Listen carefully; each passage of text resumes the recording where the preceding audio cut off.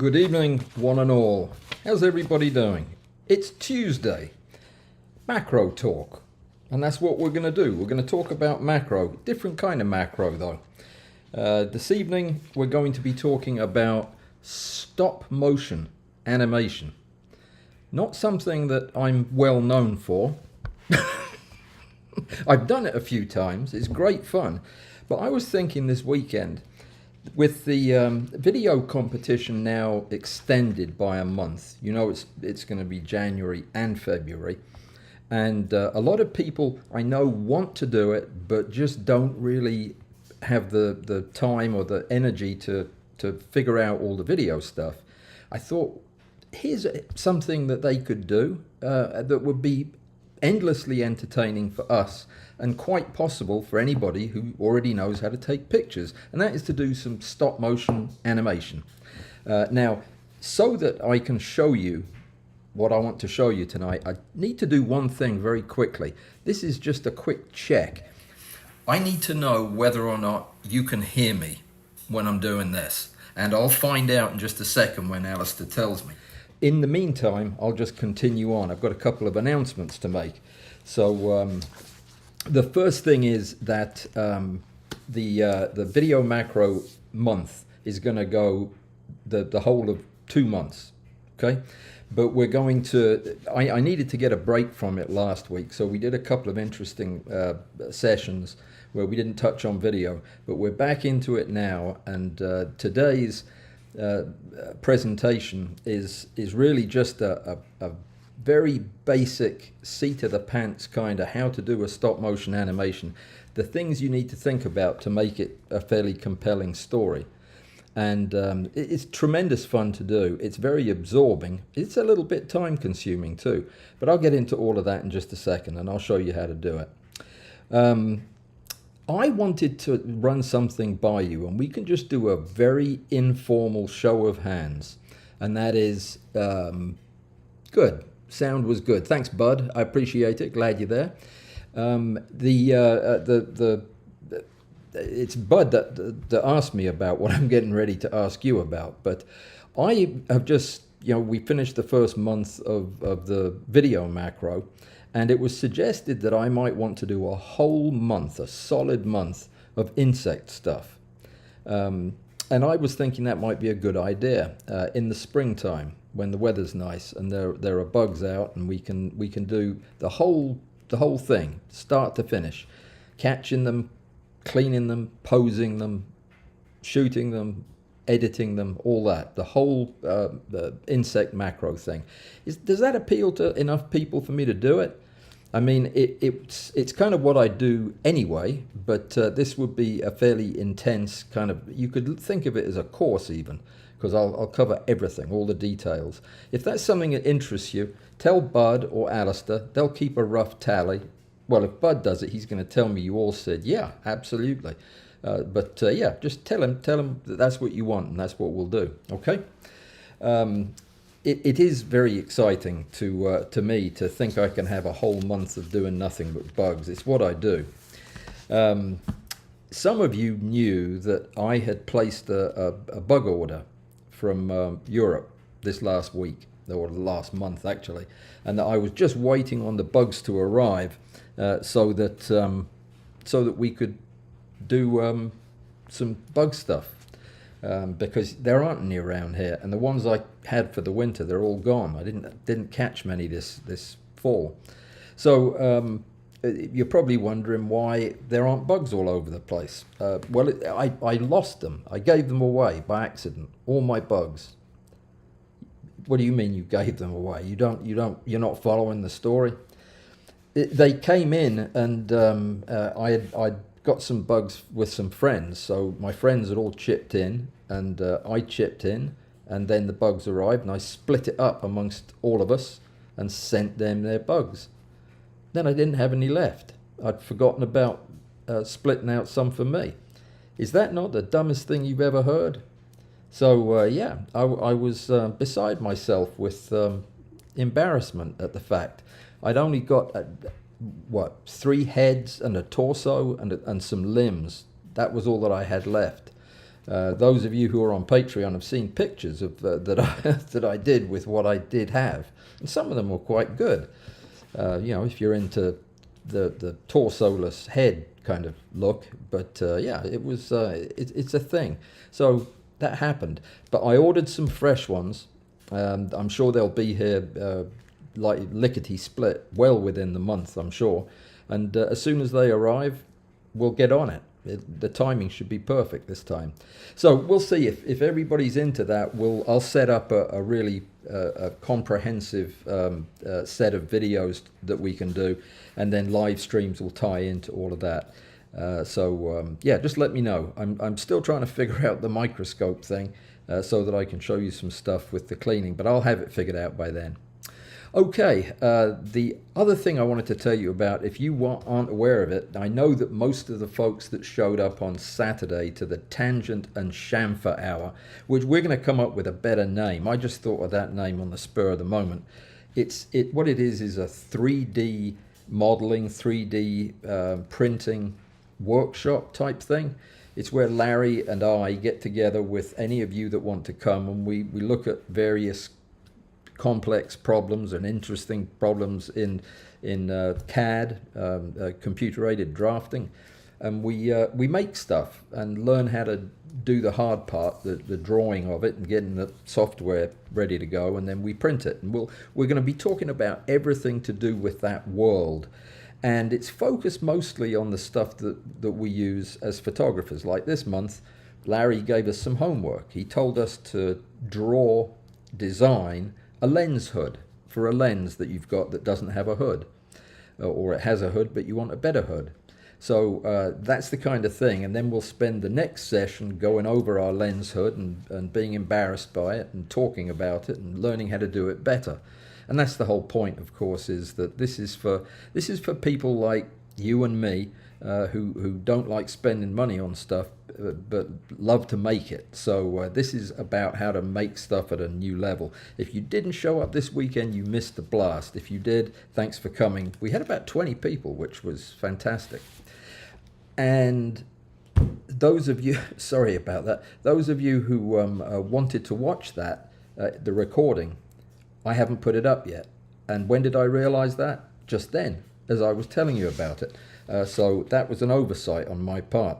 I will fix that tonight. As soon as I get done here, I will put the recording from the Zoom meeting up and the recording of the Tangent and Chamfer. That'll be going out to everybody. That'll be a YouTube release, okay? So you'll get to see that. And just while I'm thinking of Zoom, there is no Zoom meeting this weekend. We meet every other weekend for 2 hours, and we don't plan on changing that. We had a great turnout this last week, and a lot of interesting stuff to talk about. We always find stuff to talk about. That's where we are right now. There's other stuff going on, but for the life of me, I can't keep up with it all. I'll let you know when I remember what it is. We're talking this week on Thursday about how to do macro video with just a macro lens, just the equipment that you've got, nothing fancy. So that's going to be another attempt to drag those of you who are less enthusiastic about this than I am into the fold so that we can get some video made. Oh, there's an important announcement. Gee, I didn't write it down. I'm glad I remembered it. There has been a change in the structure of the Walls app. And the result of that is that currently, if you have the Walls app shortcut on your phone, like I do, if you tap on that, it will suggest that the site is down. It is not down, it's just, well, it is down. It's down if you go that way. What you need to do is just get rid of it off your phone, get rid of the shortcut, the thing you click on. You know what I'm talking about. Get rid of that, and then just open a browser on your phone and go to www.walls-app.com, the same exact address, and that'll take you there, and then you can set up a new shortcut. Okay? That's all it is. If you take the shortcut that you have now, it won't take you where you want to go. So just replace it with a new one. Good, thanks. I'm glad I remembered that. Anybody ever do any video back in the day before they had electricity? Look what I found. I mean, I have several of these wind-up 8mm Zapruder cameras that I just love them for the sound. Oh dear, how do you turn it off? This one, by the way, is a Kodak Brownie, and when I opened it, I was shocked and dismayed to see it had film in it. It doesn't have film anymore. I mean, not usable film. I exposed it. Now I can't open it. But anyway, no, it's not going to open, but it had film in it. This is a much more important camera. You see this one? It's a Bell & Howell 1.9. This was the camera I took apart, my dad's camera. I got a good scolding for that. In fact, I got a good thrashing for it. But that's what this is. This is the exact camera I took apart when I was like 9. Yeah, brought back very bad memories. Different noise. Anyway, not a bad $5 right there. I saw that thing for sale for $350 on a website last night. Unbelievable. It's not worth that. It may be worth 50, but it's not worth that. Anyway, let's get on with what we're talking about tonight, because stop motion is a thing.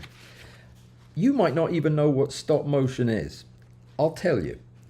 Have you ever watched Wallace and Gromit? One of the best serious movies ever made. Wallace and Gromit was made by a guy named Nick Park, an English gentleman. I've never met, love to meet the guy. He's got a brilliant sense of humor. And he does stop motion animation. That's what that is. That's where you basically set up a story and you have models or things that you want to use in place of people, or you don't need people at all. People don't have to figure into it. And what you do is you create an animation of individual frames. You take a picture, then you move something, then you take another picture, and then you move the same thing again. And you keep moving stuff until you have lots and lots of pictures that you can then take as a batch over into a Premiere. A lot of different programs will do it, and they will take your individual frames and they'll knit them together into a piece of video.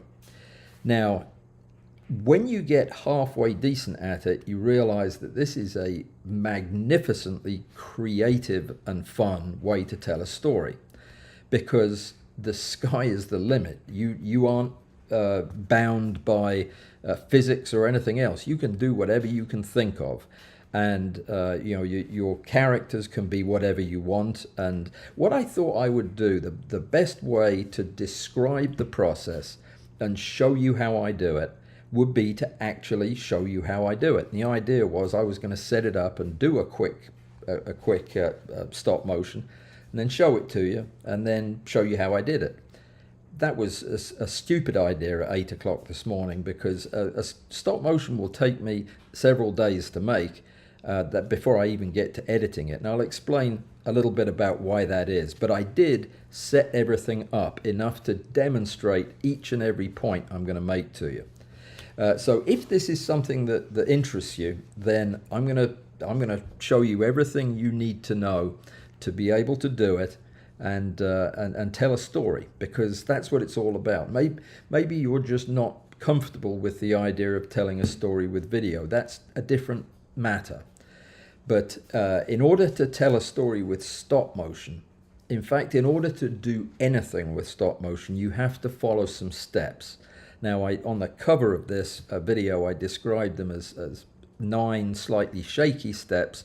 That was a joke, of course, because getting smooth motion in a live stream, yeah, we know how hard that is. No, getting smooth motion in a stop motion is very, very difficult. Boy, it really, you have to understand a lot about how things move, how people walk, how gestures are made.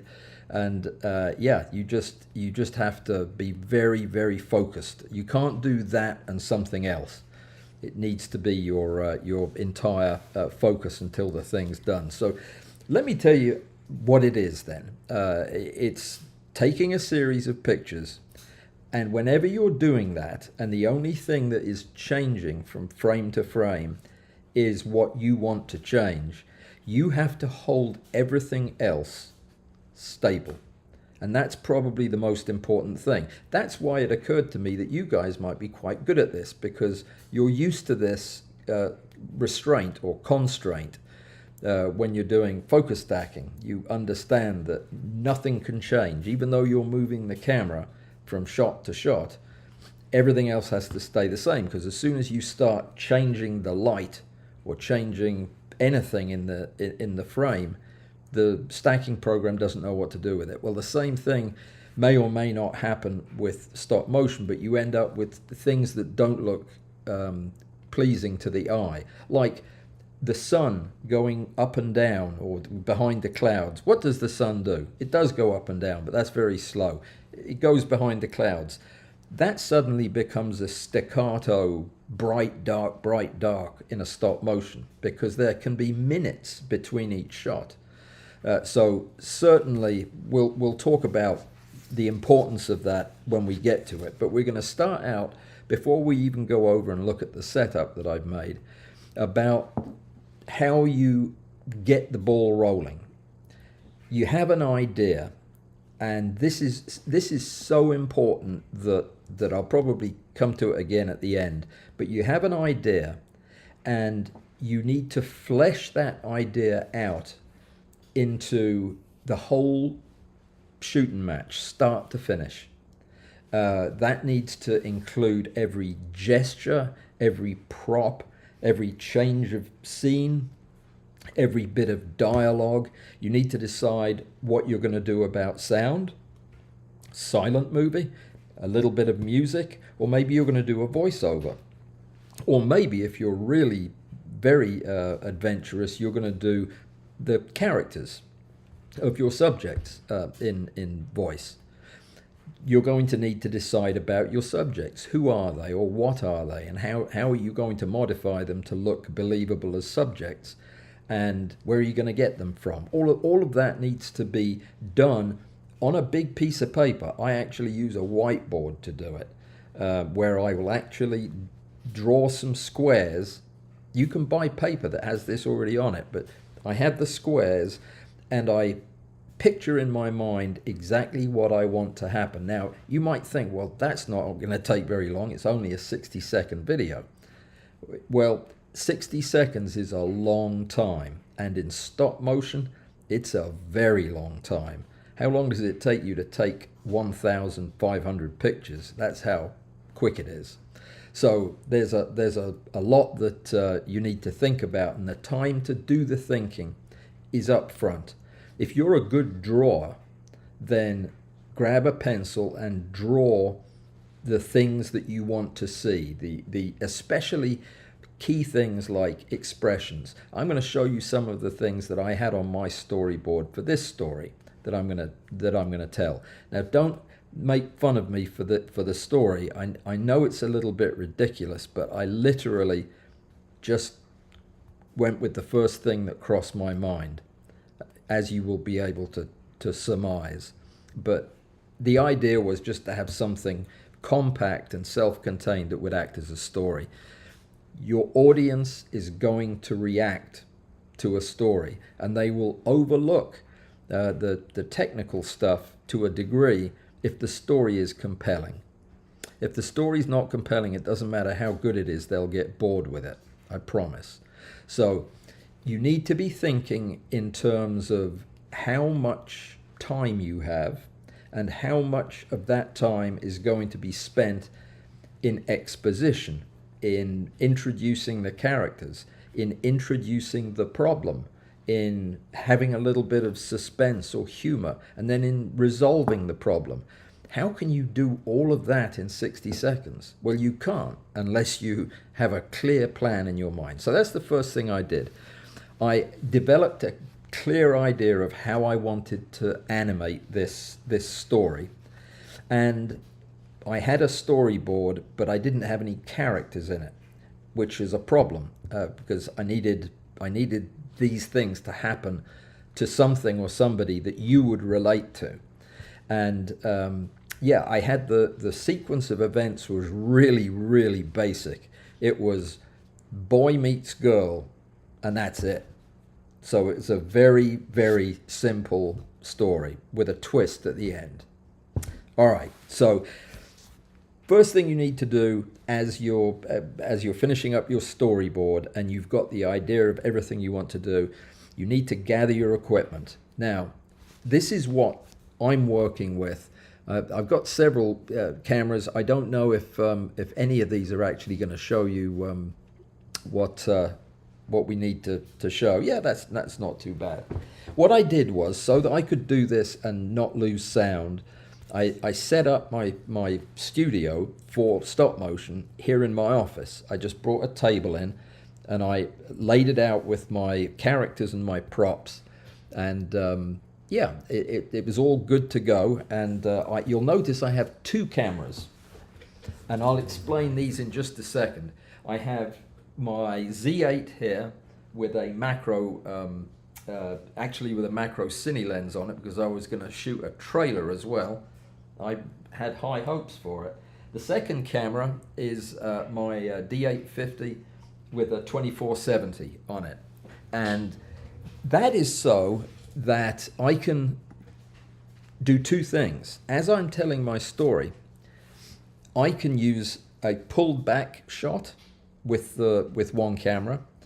Then when I want to show a facial expression or something important, then I can do a tight shot with the other camera with the cine lens on it, and that will work. You have to know when those cuts are going to be, though, because you're not going to just have two cameras running. You've got to actually stop taking pictures with one camera and start taking them with the next, and then you've got to figure out how you're going to put all that together in post. But that was what I wanted to do.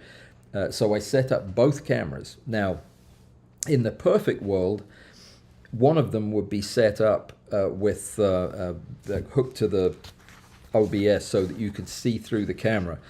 That was not working. It was messing with everything else, and it would have been a problem, I think. So what we'll do is we'll use the iPhone. There we go. Because I understand from Alistair that there was actually sound on this. Sorry about the bumpiness. All right, I'm sure that Alistair will tell me if we lose sound again, or if there's any problem with it. But in the meantime, this is what we're going to do. So what I did was I set up this table and I put a simple black ground on it. Now, because my story, and I'm going to tell you what the story is in just a second, because my story involves, I wonder if you can see that. Yeah, a bit shaky, but yeah, hopefully you can see and hear. This is at the end of the story. The story is called The Tunnel of Love.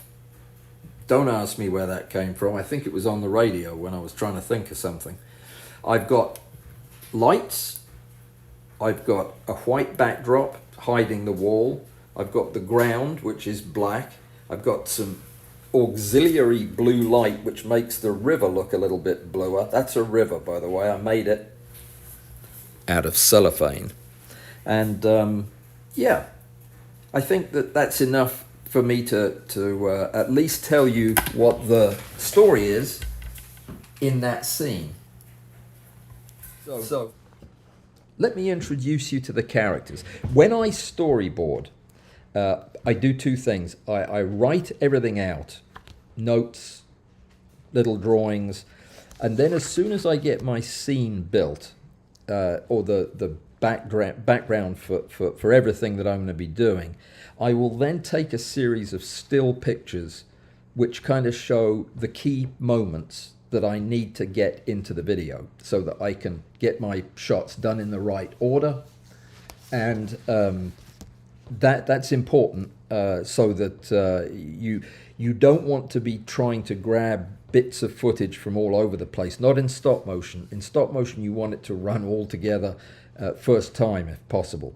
So what I did was I took some stills, and I'm going to share them with you now because these are important. This is going to, I'll tell you the story and I'll show you the stills, which are going to give you kind of punctuation points for what would be going on during this. Now all I have to do is find my find where I put my pictures. Here they are. I'm going to put these on another screen that I am going to share with you. You probably first want to meet the characters. I don't blame you. Well, this is a bit crazy. It's a lot crazy actually, but the character that I came up with was a ball bearing. I happened to have two ball bearings on my desk, and I thought they looked like suitable characters. So this is a snapshot of our protagonist, our male character. And let me see. I'm just going to check Telegram real quick just to make sure that you're getting sound from the other camera. Okay. Yes, I'm guessing that we do. All right, so let's get back to it. That's our character. You can call him whatever you want. I gave him an eyeball because you might not have just understood it without something to make it look like a thing. So I gave it a smile as well, though the idea was there would be a lot of other facial expressions. I just made it out of a piece of tape. I could have used black ink or something too. Here's the tunnel. Let me see if it'll open up. No, it'll open up down here. So here's the tunnel. I just found a piece of aluminum tube that I cut the way I wanted, and then I covered it in glue and glued lichen to it and moss. And from a distance, it looks like a tube with moss glued to it, which is probably not the look I was hoping for. But there's a second person in this, or a second character, and that is the lady, the love interest. It's another ball bearing. We wouldn't want to get too creative here. So she's got a different shaped eye, which is how you know it's her when they're together. So all of this happens in quick succession as I introduce you to the two people in the tunnel.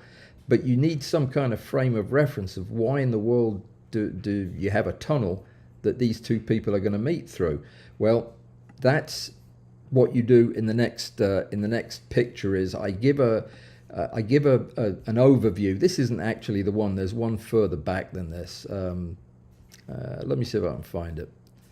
Now I think they're all looking like that. This is a museum down by the river. It's an art museum, and it's full of glassy things. And our female protagonist was walking around looking at this. That's the second scene in the stop motion. And we've got, I think, a picture of her gazing lovingly at the artwork, which is just a pile of glass things that look colourful, so that I could shine a light through them and they'd look all like art. So she's looking at them. And then on the other side of the river, this is the cool part, our male protagonist notices, and we see him looking away from us because he sees something, and I'll figure a way to make him seem excited about it.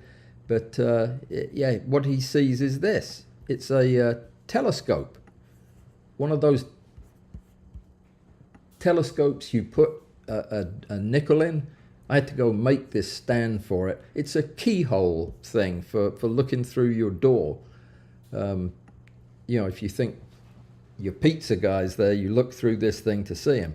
The reason I picked this was this changes length, and I was going to change the length quickly, like zoom out, zoom back in, as a demonstration of how interested our protagonist was with what he could see through his telescope.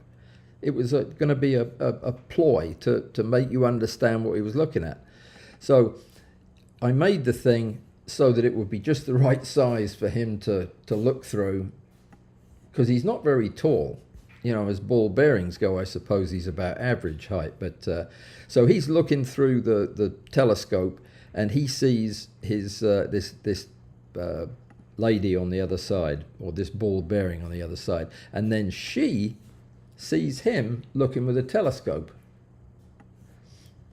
So what I did here was moved her away from the artwork and made her eye get bigger by squeezing the putty into a more of a circle, so that it's I can't get the thing to enlarge, but it's more of a surprise look. If all you've got is one eye and nothing else to have expressions with, that you have to do the eye. So she's excited, and then they both head off at a rate of knots to find a way to cross the river. So this is him on his way from the telescope to the tunnel, which he's figured out is the only way to meet up with this ball bearing. So he does, he runs in that direction, and I put these brass things on there as little posts so you can keep track of where he is, so that I can move him faster or slower, and you'll feel that. Then I'll have him approaching the tunnel, like so. And he's the tunnel, of course, I picked because it's just the right size for a ball bearing. And in he goes to cross the river and find his true love. You don't think this can be done in 60 seconds. It can be done in 60 seconds. It's going to be pretty swift, and you can see me doing it the whole time. Anyway, off he goes into the tunnel. All the while, on the other side of the river, our female protagonist was rushing towards the same tunnel, like so. I told you it was not it's not like the Bourne Identity or anything like that. It's just two ball bearings having a thing. There we go. So she's headed for the tunnel. In she goes. I might as well show her disappearing into the tunnel, like so. This is just so that I could document the feel and the flow, so that when it came time for me to start moving things, I would know what was happening when, because a lot of this is happening at the same time. So I'm moving several things at once. Anyway, there is now a brief respite in the action, but what we're going to see is some tremulousness of the tunnel. The tunnel is going to wobble a little bit, as it would in the event of movement. So I'm going to create the illusion that this thing is moving, not moving much, just vibrating. And then at the end, a few minutes later, probably have some music or something, a little clip of something in there. And then what do you know? Out come the couple, looking like a nice shiny pair of ball bearings. And there you go. It's a happy story with a nice ending. And then, of course, the punchline is the final image, which is the main reason I chose a ball bearing. Was I'd just taken a gear apart and I had like 15 baby ball bearings. And yeah, so that's it. Really brilliantly conceived and extraordinarily complicated and intriguing plot line, don't you think? No, I didn't think you would think, but that is the story that I was going to tell, and I will tell. I'll get this thing made, but let me tell you what you do to make it, because it's not complicated, but it is quite demanding. So my storyboard had the opening scene of just the scene from above, the big camera backed off, so you could see all the territory. I wasn't going to do any exposition because I didn't have time. I wasn't going to describe what anything was. You'd either figure it out or you wouldn't, but you would at least see where the action was going to take place. Now, you're getting ready to take pictures. It is crucial that your camera is in manual mode, on a tripod, and with automatic nothing turned on. That is so important. Make sure that you have a card that has lots and lots of room on it, because you're going to be taking stills at a rate of somewhere between one every 15 per second. You aren't going to be taking them at 15 per second. You couldn't do that. Every second of your final video is going to be made up of between 15 and say 24 frames. That means 1 second will be 24 frames if you want it to look fluid. It won't look fluid until you get up to like 60 frames. Then you can really make... Did you see there was a cartoon that was an animated feature, I think they call it, about a kid living in the roof of a railway station somewhere. I can't remember what it was called. My friend Michael know, and he'll tell me. But it's it was a brilliant story, but it was so beautifully animated. In fact, it was so well animated that it looked like real action. After a while, I completely forgot I was looking at an animated feature. That was probably shot at 60 frames per second. That is not something I'm going to do ever. Is that many frames. So I'm going with the more traditional kind of jerky look that you'd see with old-fashioned stop motion animation, the kind that all animation was stop motion back in the day, and 15 frames per second is about as few as you'd want to use. If you really feel like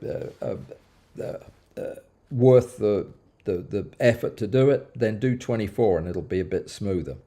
So you need a camera that will do nothing but take a picture. It won't change your exposure. It won't change anything.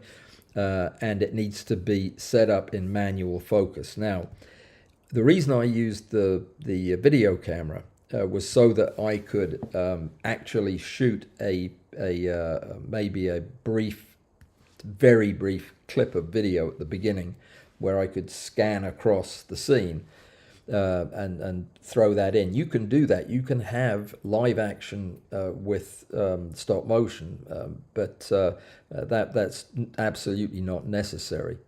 But you do need a sturdy tripod or stand that is not going to move unless it is deliberate. You most certainly can move your perspective. For example, when I was planning the close-up shots, there were a couple of times that I wanted the camera perspective to shift subtly during that little 2-3 seconds of action. So I will move my camera as if it were a character. Now, our brain is going to expect to see the focus is going to be fairly inclusive in a motion picture like this. So I would probably go with a fairly closed aperture, use lots of light. You can use as long a shutter speed as you want because you're nothing's moving when you're taking the picture, providing you get everything set up right. So you can have long exposures, but that allows you to have a very small aperture so that you've got lots of the view in focus. So that's key about your equipment. The other thing about your equipment is you want light, and the light cannot change unless it is supposed to be changing in as part of your story. Mine doesn't. It all happens during the same few minutes of day, so the light needs to be fixed and stable. So what I did was I set up it's 1, 2, 3, 4 light panels in total, and No, it was, yeah, you can't see the high up in the air ones, but I just wanted a global light so that there wouldn't be a lot of shadows to deal with. And then I had this accent light down on the table, which is just out of view. And I wasn't going to use that because I didn't realize that you could use that RM75 from Small Rig, the little square light that I like. Maybe it's easier to see on another shot. Let me see. Yeah, that one, the one that's blue. This cool light can actually stay on if you plug it in. Most of the things I have, when you plug them in to charge, they go off, but not this. It'll stay on, so you could use it. The other panels, of course, are going to stay on too. You wouldn't want to do this with flash, though you could, but yeah, I think it's easier with natural light or with continuous light, so that you can have the shallow, I beg your pardon, the depth of field that you're looking for with a longer shutter speed. So setting up the space, the setting, if you will, for your story, you have to think about everything at the beginning, because you can't change anything, because you'll notice it right away. If you change something in a short video that should have been there at the beginning, you'll notice it, and everybody else will. So you need to have your scene set up on a completely stable base, away from action where people are likely to bump into it or trip over it or put their coffee cup down there. The idea is same. You want to keep the background the same and do that action part on that canvas. So pay attention to what you're doing. Now, some of my favorite stop motion stuff is very simple. It doesn't really have a set per se. It doesn't need one. It can just be a tabletop, and all your action can tell the story. That's fine too. But if you're going to use a more complicated scene arrangement, then make sure that it's not going to change in any way unless a character changes something as part of the narrative. The continuous lighting, or the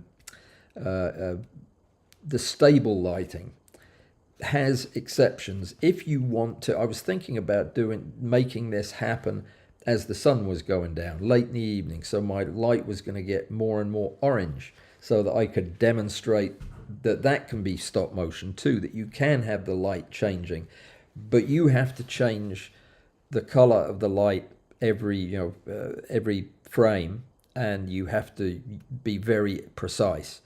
And it just sounded like it wasn't going to be much fun to do that. So in the end, I didn't. But the idea is keep as much of the external interference away as possible. You're not recording sound because you're not recording video. You're taking still photographs, of course, so you don't have to worry about that. I kind of glossed over the whole the character thing, and if you can tell a story with ball bearings, you can tell a story with anything. I have made models out of clay, plasticine. What do you call it? Play-Doh. No, there's a name, modeling clay.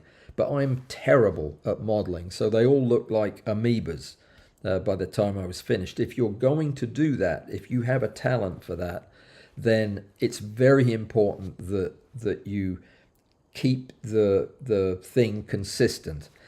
There's a thing that animators do called onion skinning, which is basically where you look at it's where the old-fashioned ones used to draw the pictures of Mickey Mouse on a piece of paper and then have him change after every scene. Well, they'd draw them on this onion skin paper so that they could flick back through them and actually see that piece of animation as it developed, so you'd know how little or how much to move. Obviously, if your subject is doing something fast, like when he is running, I should name him, shouldn't I? Ballsy. When Ballsy is running for the tunnel, after seeing his love on the other side, we need to create motion there and speed. So the way I'd do it is I'd move him a little further than I normally would between each step, so that he appears to be hustling, and I'd may put a side to side wobble in his movement to denote running like any ball bearing would. So very important to remember that the sequence is key to everything here. If you're trying to create tension or emotion, you could drop a close-up in, just like you would if you were making a real video and trying to build a little bit of personal friction, tension in there. But definitely your character is going to be determined right up front. So if you're going to do something inanimate like a ball bearing, I don't have them here because I got angry and I threw them all away. They were so irritating to make. Mouths. I made a whole bunch of mouths out of black tape to put on the guy. Smiling and a surprise, you know, a round mouth, all that. And they were so small that, yeah, it was just a pain. But thinking about your character up front and what will he look like when he's surprised. Do his eyebrows go up? Do his eyes get bigger? Then you need eyes. You need extra eyes. You need big eyes for when he's surprised. So developing the character is more than just thinking about what you want to use, but thinking about all the different ways you're going to show that character within the context of your story so that it can be consistent. Don't pick a character with a fixed expression that, like a toy or a model. That's fine to do that, but if it's got a fixed expression, it'll be like watching those old Thunderbirds cartoons on television 900 years ago, where they all had the same expression all the time, whether they were in dire straits or having a birthday party. They just had that fixed rictus. So yeah, try to get creative in the way your character's going to develop. And again, I'll tell you, it may seem that 60 seconds is not long enough to develop a character. It is. You can do it in a few frames. Let me see. We talked about the equipment, the space, and the characters. If you're going to go with humanoid things, try to make models or get models with articulating limbs. They make them, you can buy them, but I would never do that. I mean, you can make them out of pipe cleaners too, that type of thing. But definitely, if you're going to go with something that moves normally, then go with something that moves so that it looks like it's actually moving. And that's hard with a human, because the way we move is complicated, and if we don't get it exactly right, we look like we're having a seizure or something, which is not as entertaining. So you might be better off going with something inanimate, because then you can decide how it moves, like a robot. Yeah, if you decide how it moves, nobody can say you did it wrong. So build these things out before you're ready to start shooting. You don't want to be doing this as you go. So you've got smiley character, frowny character, all the looks you're going to need, they're right there waiting for you. Okay, the actual frame capture and the movement between frames, it's really a matter of practice, and it is hard to learn just how little these steps have to be. It's almost imperceptible. That's the key. Is a 15th of a second is not a long time for that frame to be up.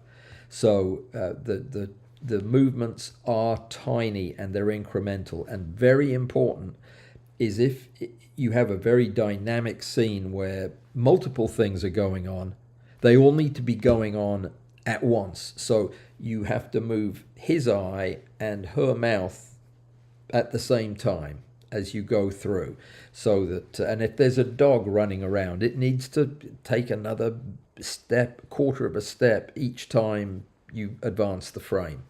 So I keep a list for each part of my stop motion, who's moving or what's moving, so that I can check it off the list.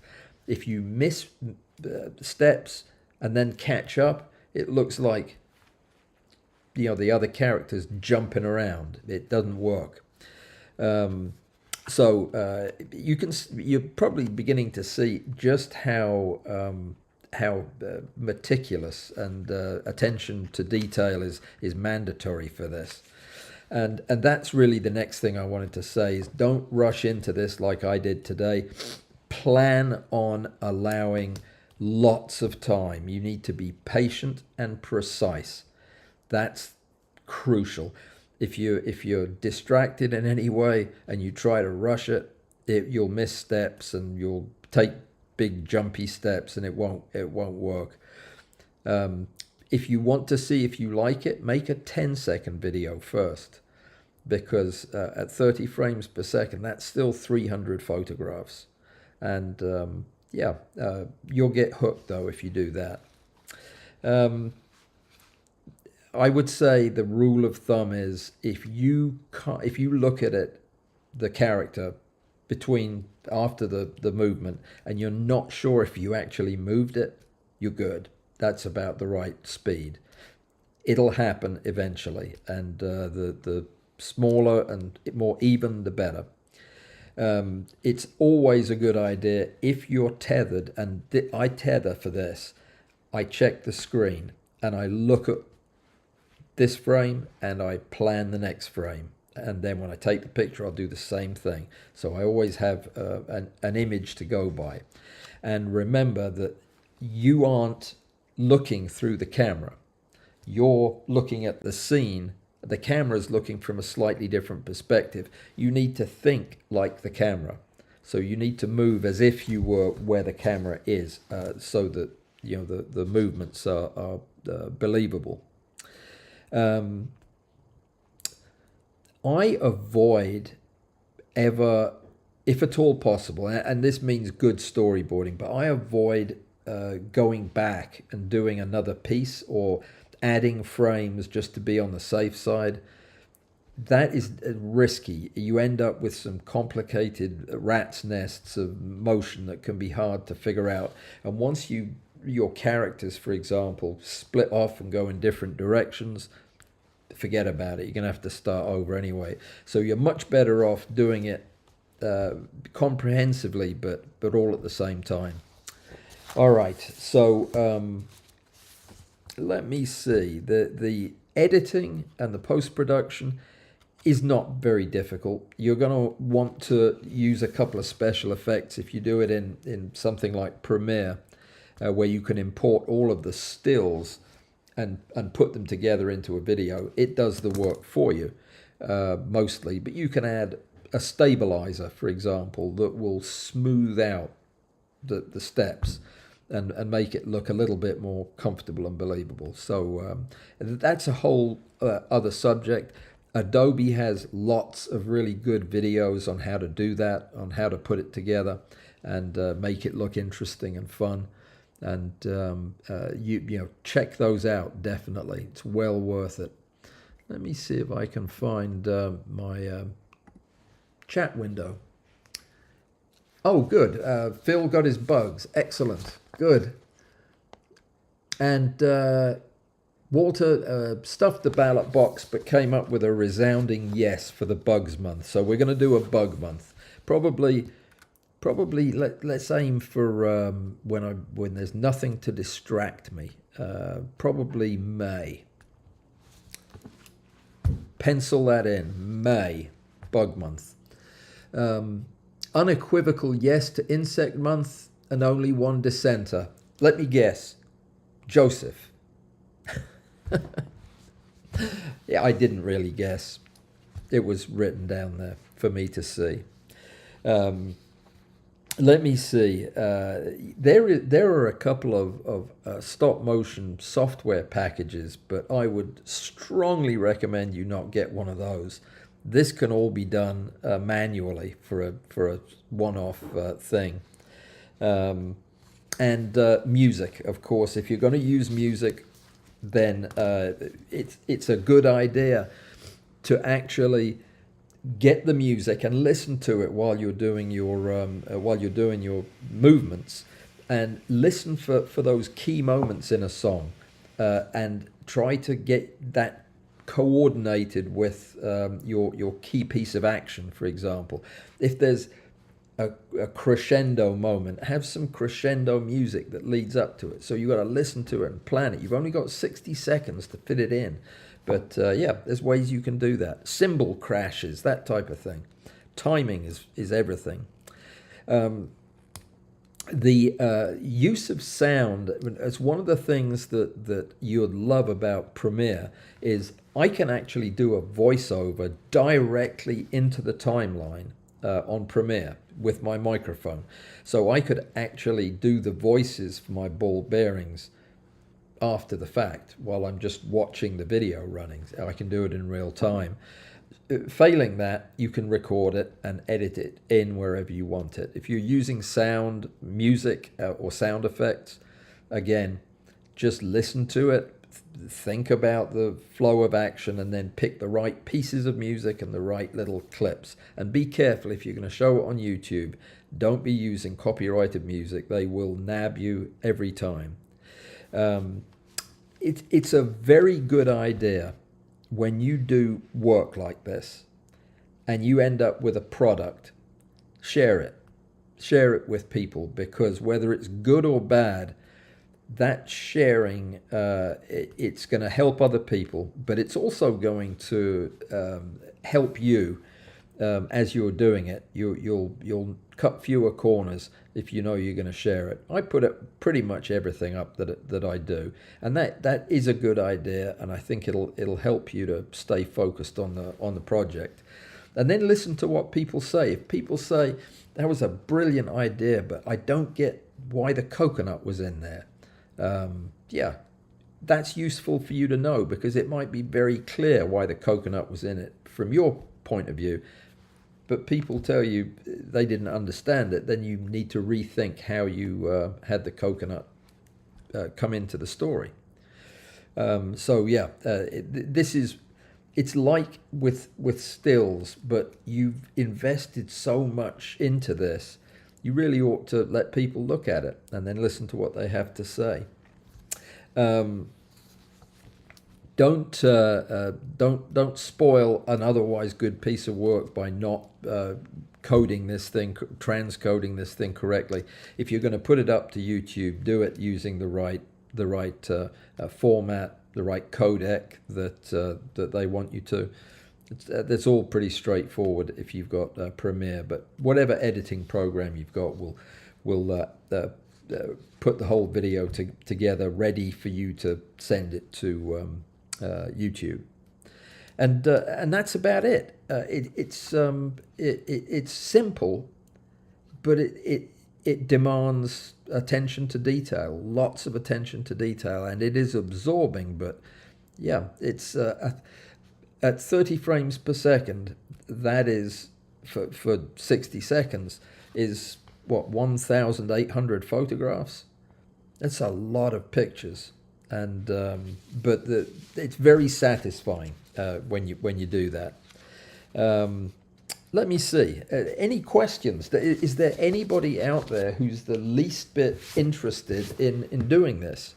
Because I've got all kinds of ideas for stories if you are interested.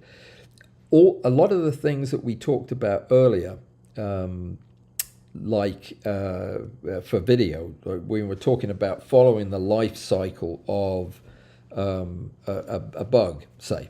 Just you're going to video it in parts as you have the material as your insects grow up, and then you show the whole thing in a video right in one piece.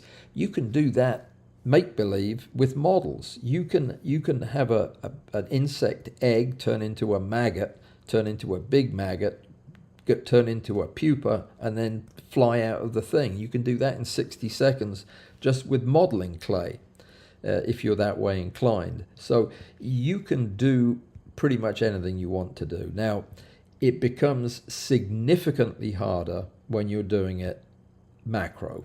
Now, tabletop, at 2-to-1 or 3-to-1, I beg your pardon, 1-to-3, is not bad. I mean, you're right there. You can see everything. It's good. If you're using a macro lens or any type of magnification, the movements get so little and the depth of field is so little, it becomes rapidly harder to do. I have done one through the microscope and I'll never do that again. That was just not fun. It took 14 hours for something to cross the field under the microscope. Your movements have to be so small. So let me see, is anybody interested in this? I need to remember to say, hey, would you give me a like if you like what we're talking about, or if you like my shirt, or anything on the wall. If there's anything you like, just give me a thumbs up if you would, because apparently it's good. And if 1 million people do it, they'll send me a plaque. And I would like that. A plaque would be good. I don't have anywhere to put it on the wall, but that would be a good problem. May I suggest, of course you may, micro minerals, like small minerals? Yeah, okay. Is this for a competition or for a lesson? We've done a couple of minerals. You know, I was going to do UV-IVF minerals. I could do that as part of it. How would that be? Anyway, if that's a suggestion for a video or a live stream, then yes, I like the idea. Or if it's a suggestion for a competition, I like that idea too. Though we did do minerals, I think, once before. Yeah, there were some good pictures in that one. Let me see. Allan will... Yeah. Oh, I see. Sorry, I couldn't read that. All right, so it's an unequivocal yes on bugs, and a lesson Alistair wants on minerals. Mineral photography is difficult, and it's difficult because of the very nature of what we're photographing. Most of the time, the interesting minerals are either highly reflective, see-through. They've just got a lot of all the things about a subject that make them hard to shoot. That's where you find them, is in minerals. But lovely colors, fascinating shapes, and that would be fun to do. And I've got a whole bucket load of minerals that I was going to do for the UV-IVF that I never finished. But yeah, I'll dig all that out. We can do that sometime soon. I'll probably be taking a break from video for a little bit during February, and maybe that is something that we could do during that break. Any questions at all about stop motion? It's I think it would be a very cool way for somebody to submit an entry. Same thing goes for time-lapse, by the way. Time-lapse is a bit more predictable. I mean, you kind of know what's going on most of the time. But time-lapse video is good too. It still needs to only be 60 seconds, but a lot can happen in time-lapse in 60 seconds, as you know. Does anybody else have any ideas for non-traditional, non-video, non-time-lapse, non-stop motion that would also qualify for a... there's the microscope, of course, video through the microscope. Yeah, I've thought about maybe putting something together for that, but yeah, let's see what are folks saying. Alistair's got over 100 specimens. Oh, of minerals. Yes. Well, maybe you and I should collaborate then. We could use some of your images, because a lot of mine are very boring. Unless you UV light them. I mean, they're just like, well, rocks, basically, which is what they are. Not the most fascinating things. I mean, that's one of the things about mineral photography is you're taking something that is intrinsically oftentimes not very interesting, unless you're into that kind of thing, and then making it look fascinating.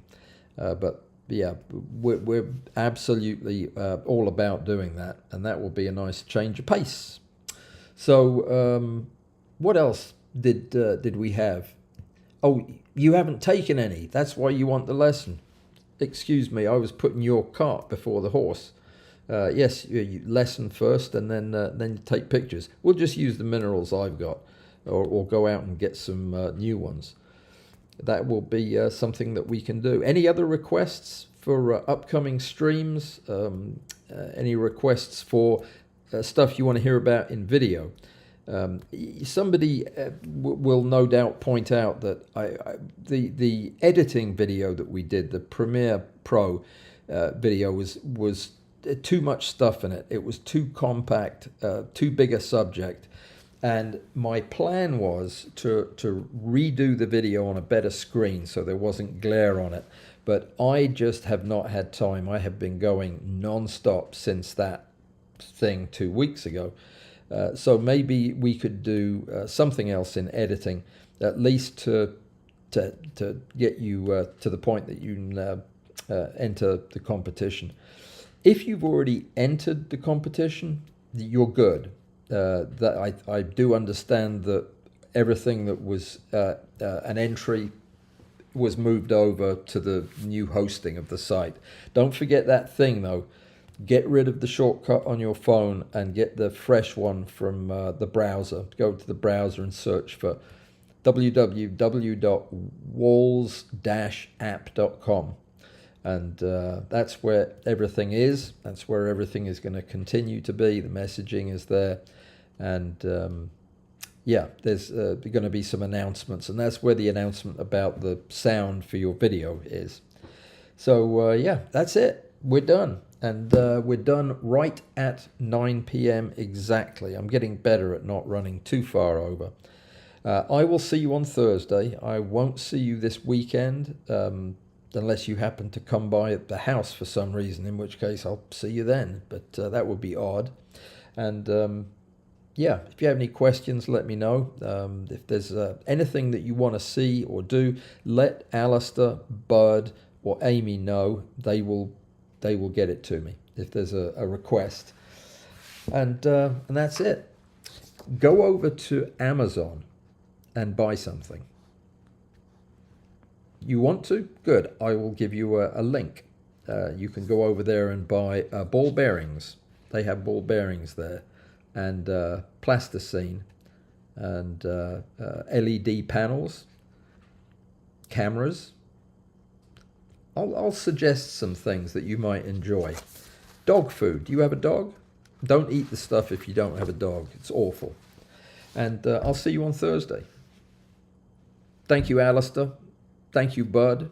Thank you, Amy, who's not here. She's playing cards with her mother, which is a great thing to do. Hope you win. And I'll see you guys on Thursday. Take care. Stay safe and be well. Good night.